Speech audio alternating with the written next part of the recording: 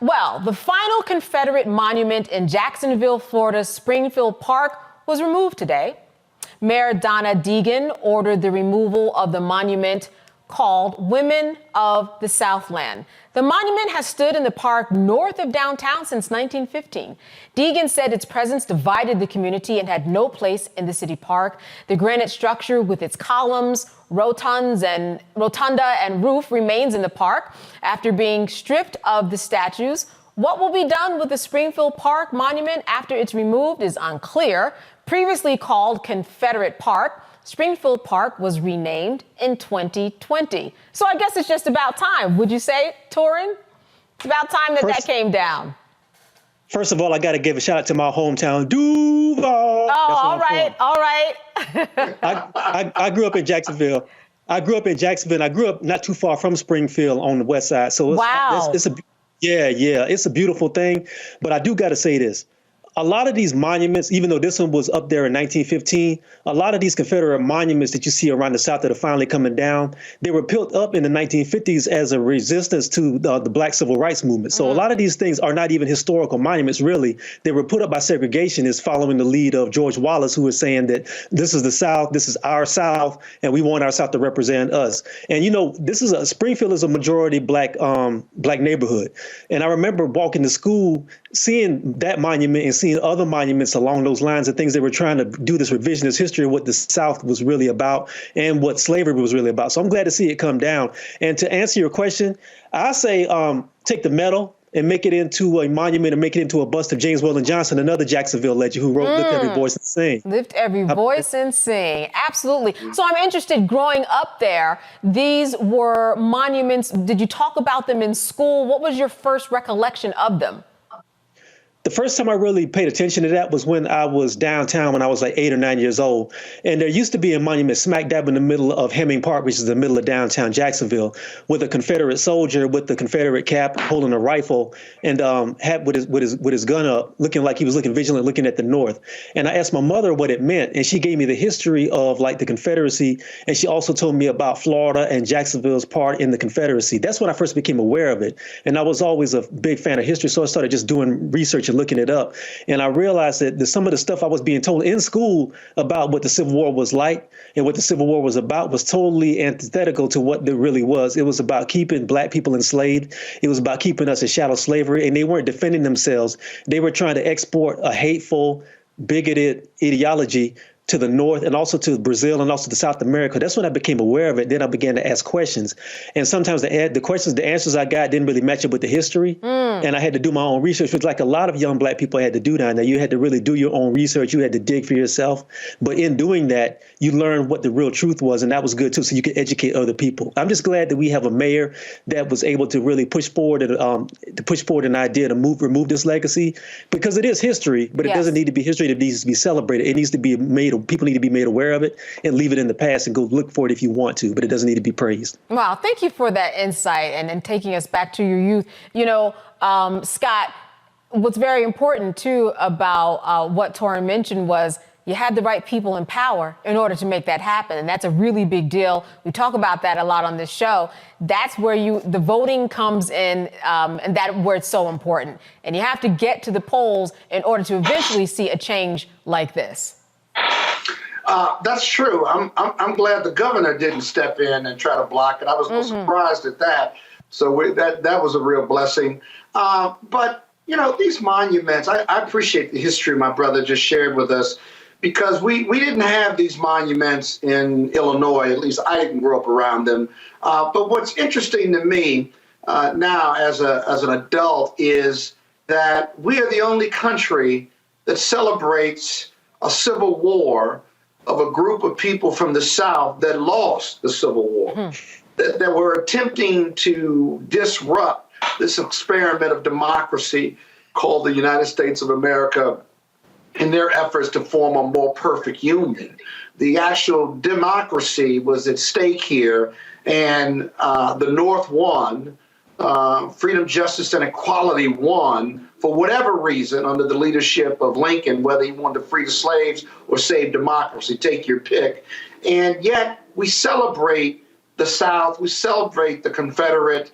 I mean, we celebrate with organizations, the monuments, anything referring to the South or the Confederacy ought to be barred by law as far as I'm concerned. Because if you go to Germany, right, you see no remnants of the Third Reich or of Hitler or the World War II and Germany's march towards conquering several countries. And yet here in the States, it's like we put our arm around our Southern brothers who threaten democracy and say it's okay, we were still all Americans. I've never seen anything like it, and it's illogical. And so we have to remember that. And so any images, any celebrations of the South, at least from a public standpoint, ought to be barred by law. Now, what you should do with these monuments and what have you, if they love the South and the daughters of the South and the men of the South who want to celebrate it and folklore to back in the day and make America great again,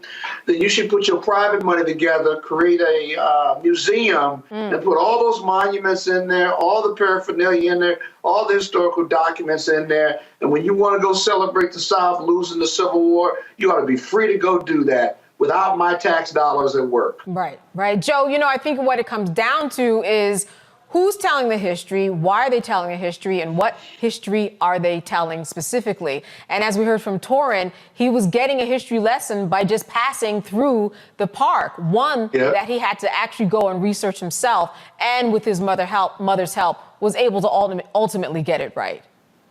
Fortunately, and this is a reminder, right? Torrin's story reminds us all that we have to make sure that we're talking to our kids and that we're talking to our parents, we're talking to our grandmothers, we're talking to our aunts and our great aunts and our great uncles and our great grands, because we need to make sure we don't lose sight of this history, because often they lived these stories. Right. I remember my mom grew up in Indianapolis, and she talked about, and I asked her at one point, I said, have you ever dealt with segregation? And depending on who it is or who it is you ask, Indiana is either the northern capital of the South or the southern capital of the North. And she talked about a couple stories. Yeah, we were in an amusement park this particular time, and, we were asked to leave. And then years later, our family was putting on the biggest family reunion at that time in state history. That was in the 90s. So I'm related to everybody in Indianapolis, but it's important to understand history. And the way that you keep from losing history is having discussions and having conversations. I believe that most people that are pro-Confederacy in terms of keeping statues up, they either don't know or won't admit that most of them went up in a response to what was going on with the Supreme Court and desegregation and laws changing in the 50s, et cetera, and the whole George Wallace thing. Most of them don't know that, or they don't want to claim it. Right. And Southern pride is just it's just a code word for racism, being able to keep doing what we wanted to do in terms of slavery. And I had never seen such a consolation prize for some folk that lost. And so what we have to really do is make sure that we pass that history along and we talk to the people in our families. Let's record. Let's do some Zoom meetings. Let's put some things together. My wife's aunt, Josie Johnson, is the mother of civil rights in the state of Minnesota, and just record. I did a podcast with her. Get information so that this isn't lost, so that somebody can't throw you an okie doke related to these particular issues. Right. Get out that camera, get out that recorder, whatever it is, so that there is a record of it that people can refer to. Torrin, I'm going to end with you. I'm curious, first of all, when you found out about James Weldon Johnson, when did that history come into your arena? I became aware of that because my mother and my grandmother were really big on history. There we go. And Jacksonville, when I was growing up, didn't really have a lot of places you could go to understand about Black history. There is a museum called the Ritz Theater in Springfield, where I learned a little bit about that. But I read The Souls of Black Folk when I was like 8 or 9 years old. And James Weldon Johnson talks about going to Atlanta first, and then he talks about coming back to Jacksonville. And it's like, oh, he was in Jacksonville? I didn't know that. And he talks about riding up and down Duval Street, which is still up in Jacksonville, and working at the cigar factory there and in Tampa and everything. So that made me get a little bit more curious. And then I found out that him and his brother moved to Harlem, and they were a big part of the Harlem Renaissance. And when you grow up in a city where you have these huge historical figures there, it sparks your interest and it makes you want to learn a lot more. So I started just walking around and figure out, talking to older people and everything. So that's how I learned.